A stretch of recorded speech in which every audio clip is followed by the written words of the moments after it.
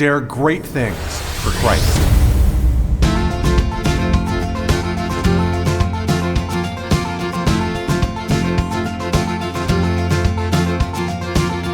Christ calls us to dare great things.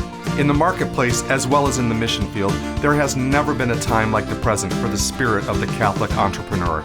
Now is the time for men and women of great courage and great vision to engage our church and our culture. Now is the time to dare great things. And here is your host as we dare great things, Father Nathan Cromley, the president and founder of the St. John Institute.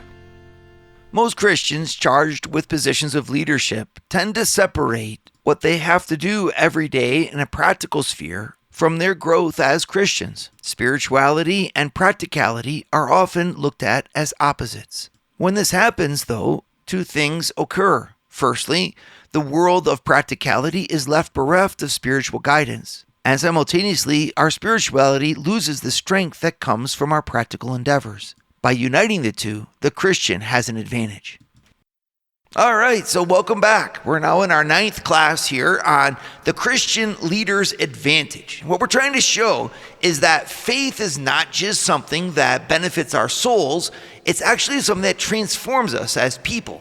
And since faith brings us closer to God, we should be becoming better people for believing. So what does a better person look like? Well, a better person looks like someone who's ethical, of course, but it's more than that. A good person is someone who becomes virtuous, meaning that the way that we act when we are good is better than the way that we act when we aren't good. We develop our skill sets as people. Now, I think a lot of times we think of our skills just as what's necessary for us to do our jobs, but skills are a much broader concept than just what's necessary to get a job done. Skills are the ability to listen. Skills are the ability to hold your tongue, to be patient, right? I mean, if you really talk to someone who is developed as a person, you almost automatically put them in a position of leadership because you see in them this greatness, which has the ability to influence others in a positive way, and you want them to do that. Someone who's gone through a lot in their life or has borne a lot of responsibility has this type of metal to their soul, right? A type of toughness, but where they're just developed. They have a look in their eyes and a bearing about them that commands a room. And I'm sure you all have experiences like this. You could think of people like this, that they walk into a room and people just tend to gather around them, listen to them. There's a respect that people show, and you say, well, where does this come from? Well, it comes from virtue. That's where it comes from. And where does virtue come from? Well, it comes from this person pushing themselves towards something that's spiritual. Now, of course, we who are Christians, by pursuing God, ought to be the most virtuous of them all. And the fact that we're not is just a testament to the fact that most of us are not really living our faith as deeply as we could. If we did, if our faith was more real, we would be more real too.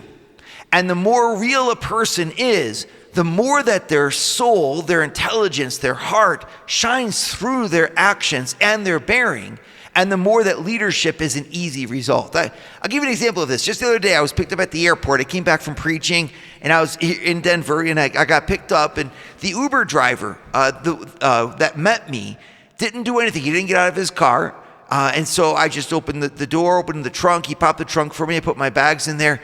And as soon as I entered the car, I knew that this guy was extraordinary. And how did I know? Well, the car was impeccably clean. The way that he greeted me was concise and correct, focused. He didn't have the radio playing. Instead, he was completely attentive to me, even though he didn't get out of the car. So as I went through, my trip with him, I started asking him some questions. And the way that he answered, it just bespoke a type of development inside of him. This was not a normal person. Sure enough, I just said, hey, so why are you driving an Uber? And he said, well, because I can't use my legs anymore to walk, and my wife insists that I get out of the house, so this is the best thing that I could do. Well, my interest was piqued here because this was someone who was different from most of the Uber drivers that I experienced. And as it turns out, I was correct. The man has 2 PhDs from MIT, one in aeronautical engineering, one in astrophysics. He worked as a test pilot flying stealth bombers of the 6th generation before he crashed with a stealth bomber on a test flight and ended up becoming injured so badly that he's now driving an Uber in Denver. But how did I know that this guy was different? I mean, we hardly spoke, that much while we were driving. I could just sense it because out of every pore of his body, the man was in control of what he was doing. He was self-possessed. He understood where I was, and he was like the perfect servant. You feel it when someone's developed. You feel it when someone's excellent. If you've ever done interviews, you know, there's so much about a person that comes through from the way that they present themselves, about who they are and what they've gone through deep inside. And it's not just that everything's okay. If you want to lead effectively in a position of power, you need that type of inner development. I remember one time I met a person who I'll never forget him, even though I only met him one time, because he had this kind of depth to him, of natural leadership. You could say, well, not just natural, but like he became a leader. When you really are in the presence of a leader, you know it. They impact you.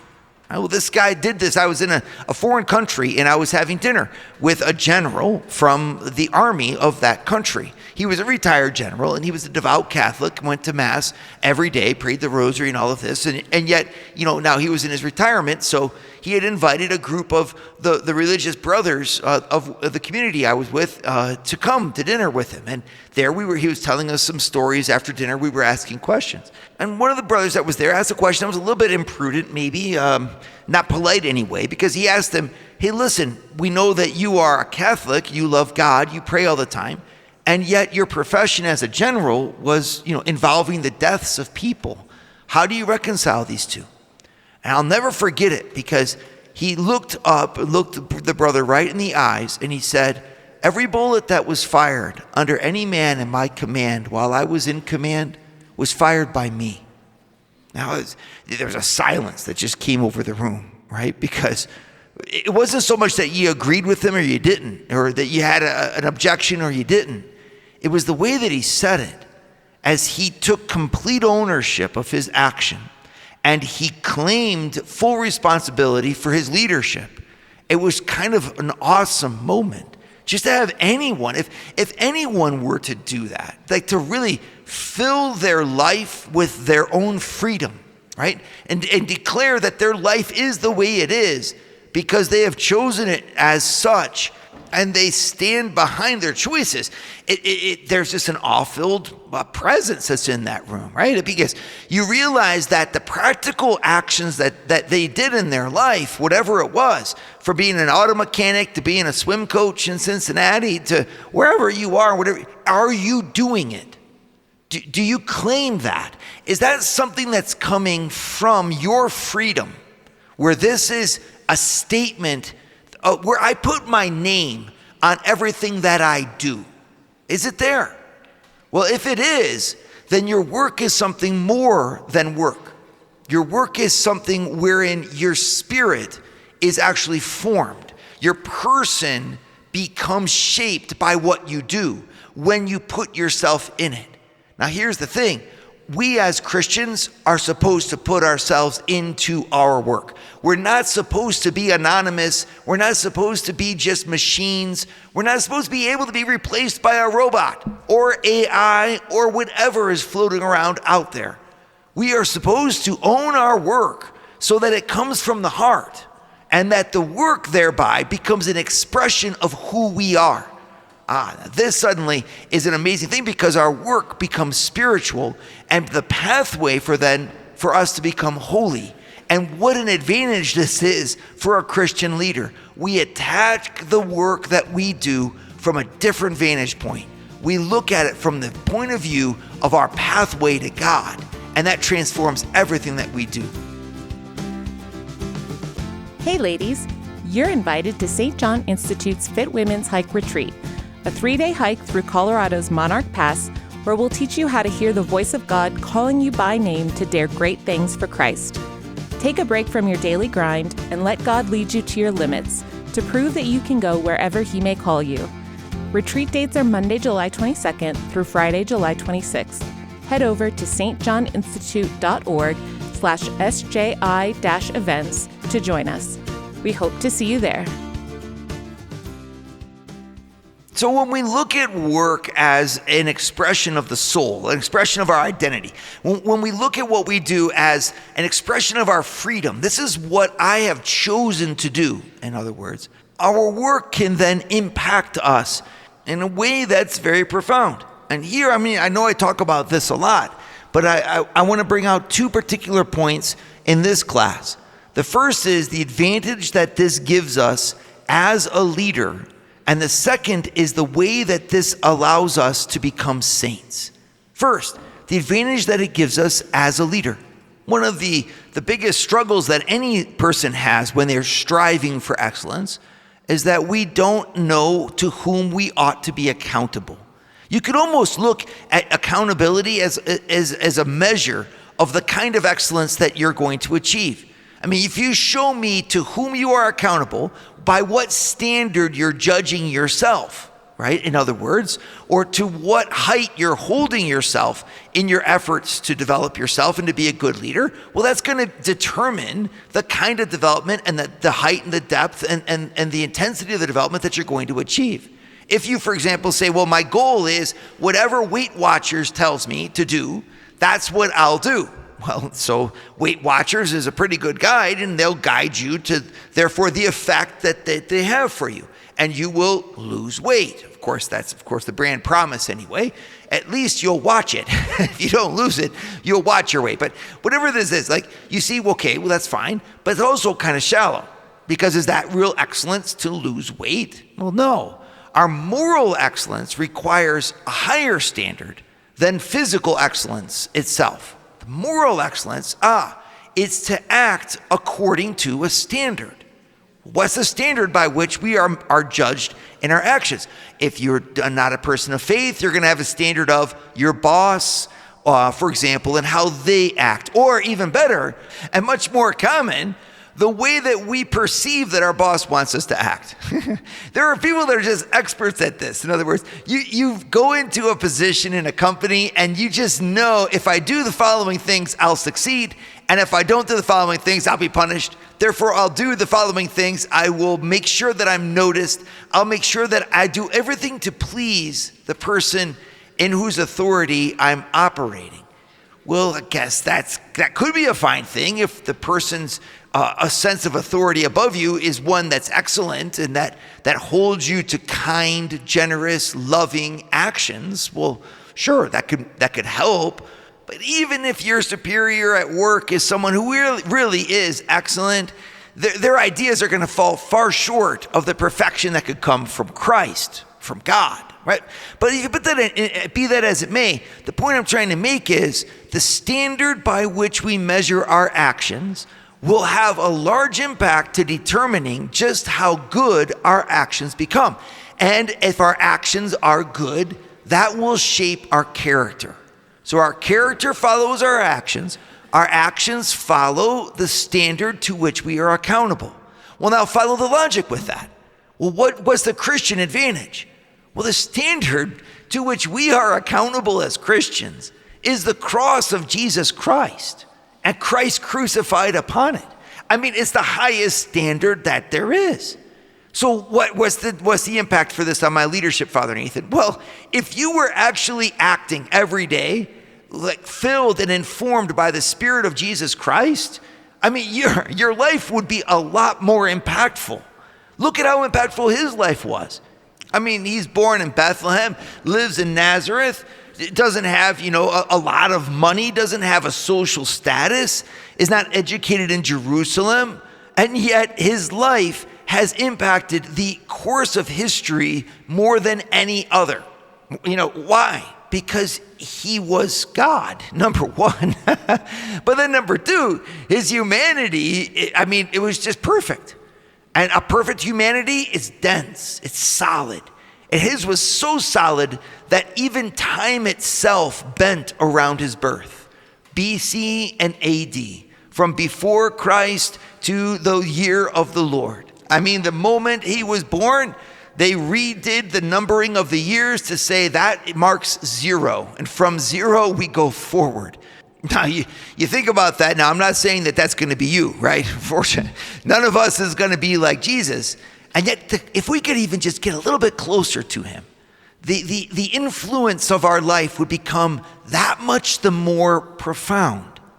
Well, so if I'm now saying to follow Christ in your work and to live your work as if you were doing it for God, and not only for God, but do it with God and in God, like to take your spirituality deep inside of your heart and then allow its energy, its drive, the inner motion of that spirituality to focus you on your job. It's not a distraction, in other words. Almost like, well, I got my God on the side. I mean, if you're a business analyst, you don't have just your God on the side. You're looking at the data as a service to God, and you're looking at that data with God's help as a service to humanity, so that data can be analyzed as efficiently and as wonderfully as you possibly can, because you believe in what you're doing. And if you don't believe in what you're doing, then do something else. It's unbefitting a Christian to not do what they believe in. Okay, so now obviously there's conditions where you just can't do that, and there's times you just can't do that, etc. But at the same time, you should believe in what you're doing as a gift, because then it opens you to give that gift to God and to never think small about your life again, or define yourself as just a. It's like when I meet mothers, and I meet a woman, and I'll say, "What do you do?" And she says, "I'm just a mom." If I ever hear that, every time I hear that, I just get all irritated about it, because I'm like, just a mom? I mean, it's the greatest thing you can do on the earth. There is no higher thing anyone can do than give birth to a human being. I mean, and then to mother that human being, teaching them how to be human. It's the profession, so to speak, that we should all rally behind, defend, enhance, celebrate, and promote motherhood. Now, of course, fatherhood is an amazing thing too, because but that's the life of the family. And yet, we're people, I'm just a, well, you could in the same way, I'm just a plumber. I'm like, just a plumber. Do you realize how important that is to be a plumber? I remember when my sewer main line went out in my building, my entire ministry had to stop because we had a sewer backup in the building. Why? We needed a plumber. That's just a plumber. I'm like, without you, we couldn't run the ministry. I mean, think of all the things that would go to pot if no one was there to fix our pots. So, just making a little joke. But you get the point, what I'm trying to say here. A Christian doesn't think small about anything that they're doing with, through, and in God. Would you like to start your Thursday mornings with a scriptural leadership lesson? Join the St. John Leadership Network, where Father Nathan hosts a 30-minute call at 6:30 a.m. in all 4 U.S. time zones. To learn more, go to www.stjohnleadershipnetwork.org/member and join for free today. All right, so when we're talking about leadership from a Christian perspective, we emphasize the advantage that this gives to us as workers and in the places of business where we work. And it does. A huge advantage. The one I'm accountable to is God himself. Well, if I'm accountable to God, then my actions are going to be held to a standard that is higher. What will that yield? That'll yield better actions, more consistent, better actions. I'm going to be a good human being in my company. And my friends, I want to emphasize, this is much more than a nice thought. This is the difference between a successful business and a failure. I mean, you know this. Anyone who's been a boss knows this. I mean, the way that a team can gel together determines whether or not that team is going to be effective. You could have the greatest geniuses in the world working on the team, but if they're fighting, if they are jealous of each other, if they stab each other in the back, if they crush down the lower talent, etc., the team's not going to be nearly as effective as a team that actually cares about each other, brings understanding, tries to create dialogue. All the team dynamics that you see that are put out there by these leadership gurus, they're actually speaking about Christianity. I mean, they're bringing out a Christian concept.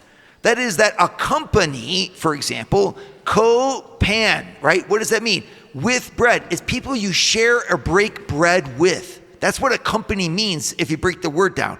Those with whom you break bread. Well, what does that sound like? Sounds like the Christian church. Exactly. So the more that I can be around you as someone with whom you could break bread, you could trust, you could live in a human way, well, the better we're going to work together. I mean, and that's not even then talking about customer service. I mean, you could instantly tell how well a company treats its people by how well they treat you. And when you're treated well, the loyalty increases, the tips increase, that you can even raise your prices and people will still go there because of the ambiance, the atmosphere, the way that they're treated. How many sales are not made simply because the person chooses to not trust the salesperson, etc. Well, all of those advantages come when you bring a faith to say our standard is unabashedly and unashamedly the standard of God. You might not believe in God as a worker for me. Your faith question is up to you. I'm not bringing that out. But I'm saying our culture, since I'm the one leading it, we're going to put the highest standard. We're going to live as if Jesus Christ was our standard.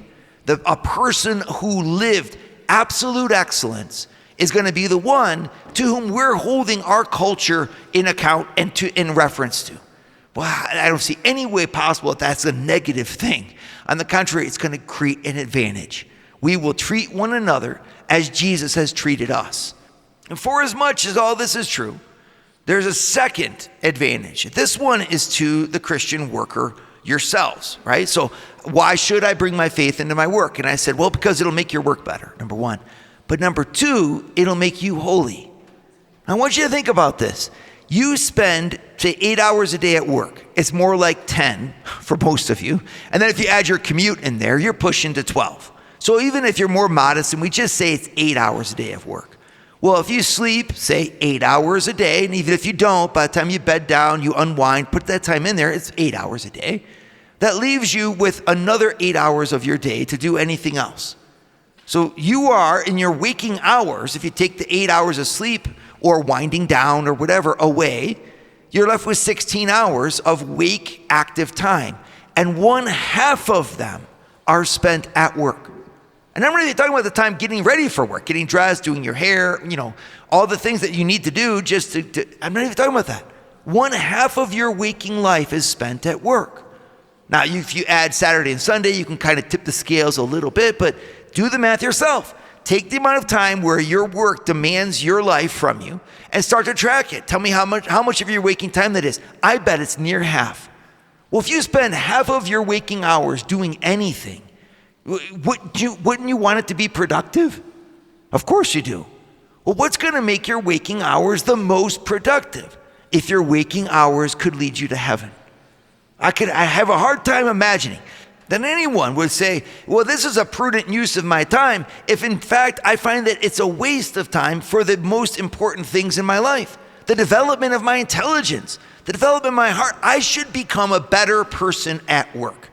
My friends, if you're not becoming a better person at work, then you're becoming a worse person because your work is half of your life.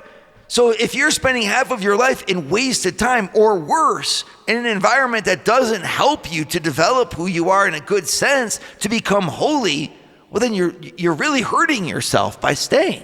A Christian doesn't do that. A Christian, on the other hand, sees everything as an opportunity to give to God and to do it for God, with God. And that could be, some jobs are really tough. I remember the worst job I ever had in my life. And I actually think if we made prisoners in prisons do this job, there would be less crime in the world. And that is gathering chicken eggs at a chicken egg farm. I did it, was making $3.65 an hour. I rode my bike to the chicken farm, some 5 miles, just to gather the chicken eggs. And then would have to ride my bike 5 miles back. And you smelled so bad that you couldn't even take a shower in the house, because you would stink up the house with this strange odor. Anyone who knows chickens knows that odor does not go away. It just lingers in the air. It's some strange proof of a scientific law no one really understands. But so instead I'd have to go outside and just take a hose and hose myself down outside just to get clean enough to go inside to actually take a shower. It was absolutely miserable. And I remember that job so well because I thought, how do I redeem this? I tried listening to tapes. I'd be praying the rosary as I was gathering the chicken eggs. And it was just really hard. And a factory job for most people is a very hard thing to redeem. I can understand that. What's neat about the Christian advantage here, though, is that we remember that we follow a crucified Lord who made suffering the expression of his love. And therefore, the toil that many of us have to endure as a part of our jobs, the unwanted aspects of our life in business, the professions that can grind against us in many ways, can themselves be sanctified by being united actively to Christ on the cross. Offering up your toil makes it a prayer. And that prayer is a powerful prayer. It's the prayer of intercession, whereby you say, like St. Paul, my sufferings are for your salvation. Well, your sufferings can be for the salvation of your family, of those for whom you pray. You can lift up in union with the Mass the difficulties that you have. And at the same time, though, we know our work is not just toil. There's a lot of accomplishment, and those too become a place where we glorify God. But in all of this, when I bring my faith into my work, I find a pathway for holiness because I take my profession and I make it a prayer. And this is a gift that Jesus gives to us who are leading in his name, to lead in his name, to lead with him, through him, and in him, to not be afraid to allow Jesus to use us as his instruments, and for us to use our prayer as a sacrifice and an offering to him for his glory and for the salvation of souls. Dare great things for Christ. Share your feedback with Father Nathan. Send us an email at communications@stjohninstitute.org. That's communications@stjohninstitute.org. And visit www.stjohninstitute.org and sign up for our newsletter to receive updates from Father Nathan.